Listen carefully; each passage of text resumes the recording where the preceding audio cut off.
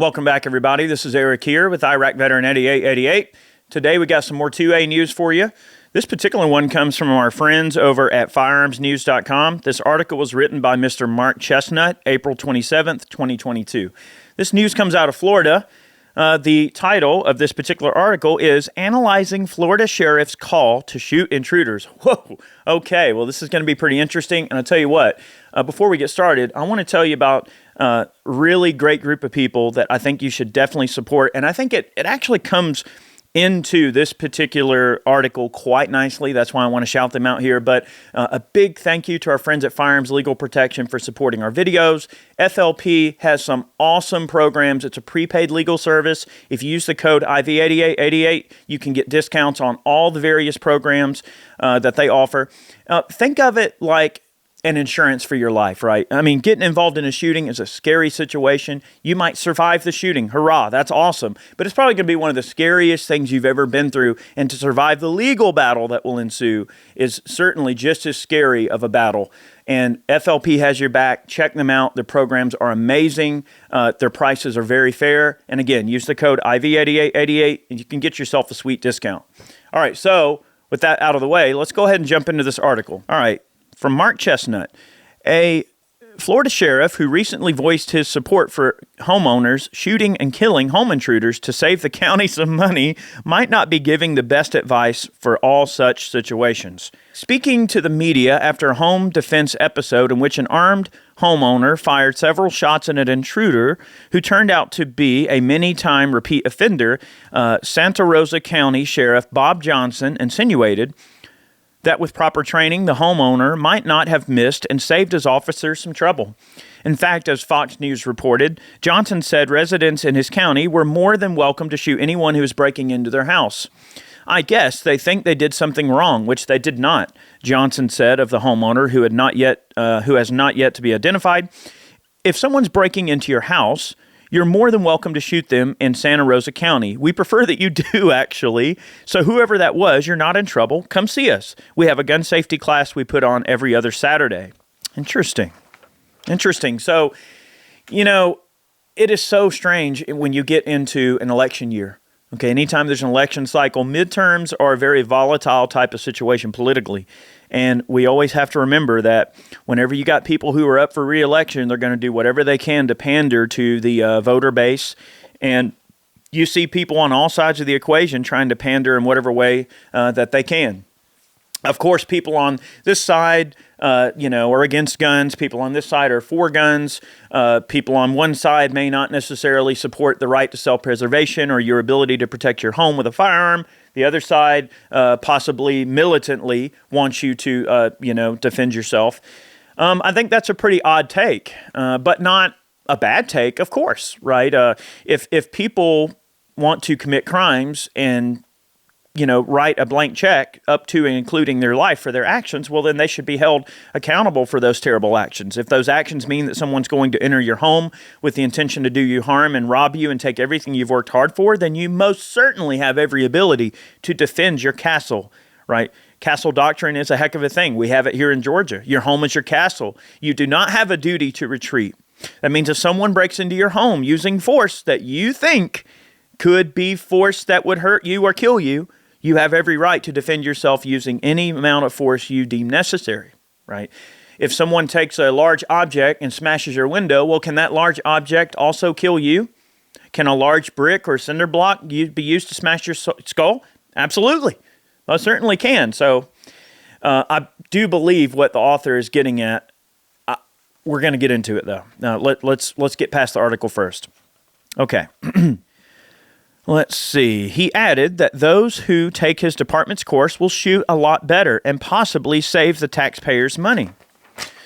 Johnson later told Fox and Friends, "I'm a cop, not a politician. If somebody breaks into your house in Santa Rosa County and you shoot and kill them, the chances of them reoffending after that are zero, and we like those odds.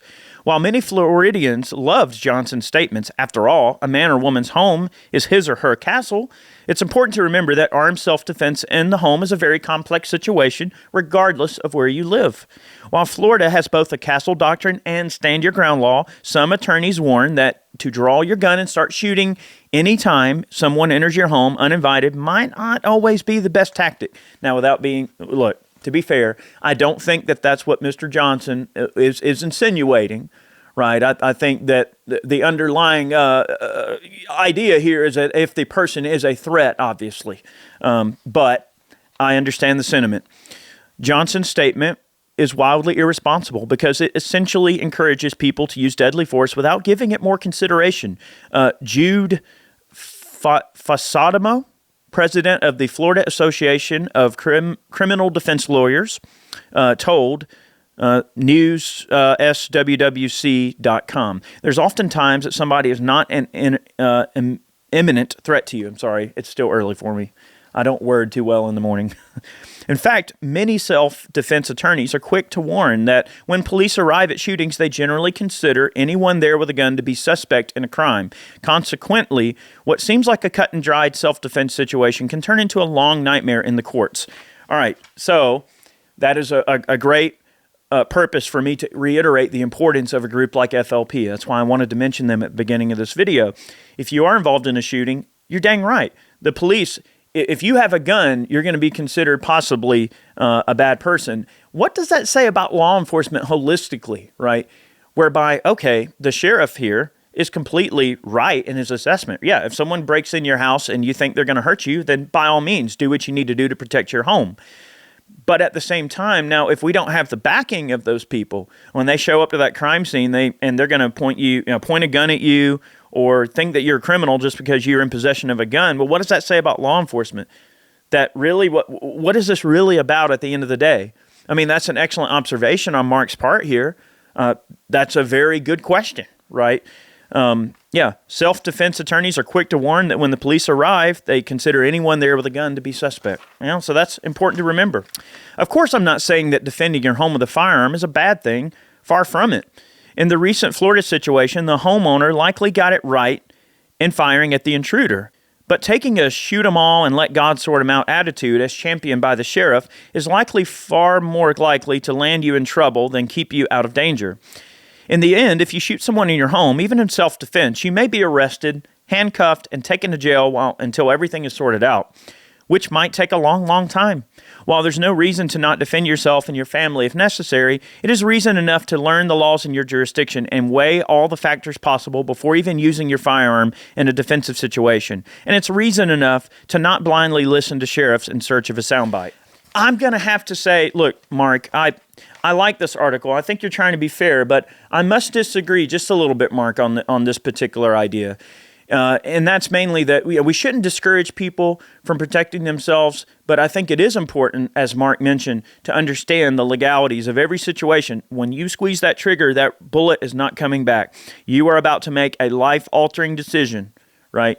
Now, the immediate result might be that your life is preserved, right? And that's what it comes down to. Firearms are excellent for self-preservation. We must protect ourselves in a dangerous situation, and that is true.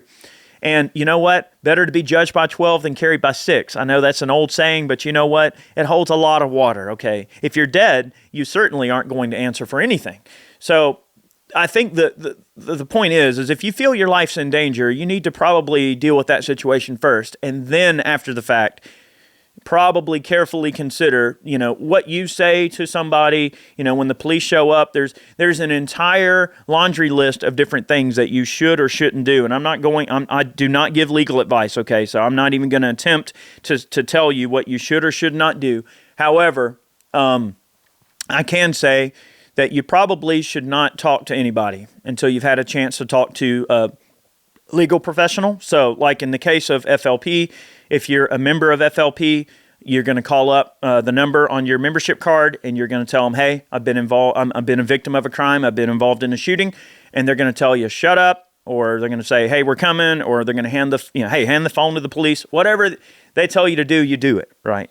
So that's why having a lawyer on retainer or having a prepaid legal service like FLP is a really important thing to have access to. So, I can understand where the sheriff is coming from, and I can say most certainly that where I live here locally, I'm not going to mention my sheriff by name, but he probably watches our channel a good bit, and he's a really good guy.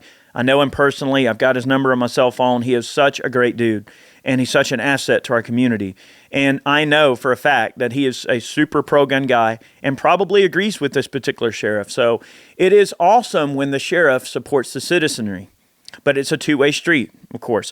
And it's also important to remember that your sheriff has a heck of a lot of power, okay, in your community. The sheriff is a very important figure. They can do a lot of things to help or hurt you if they really want to.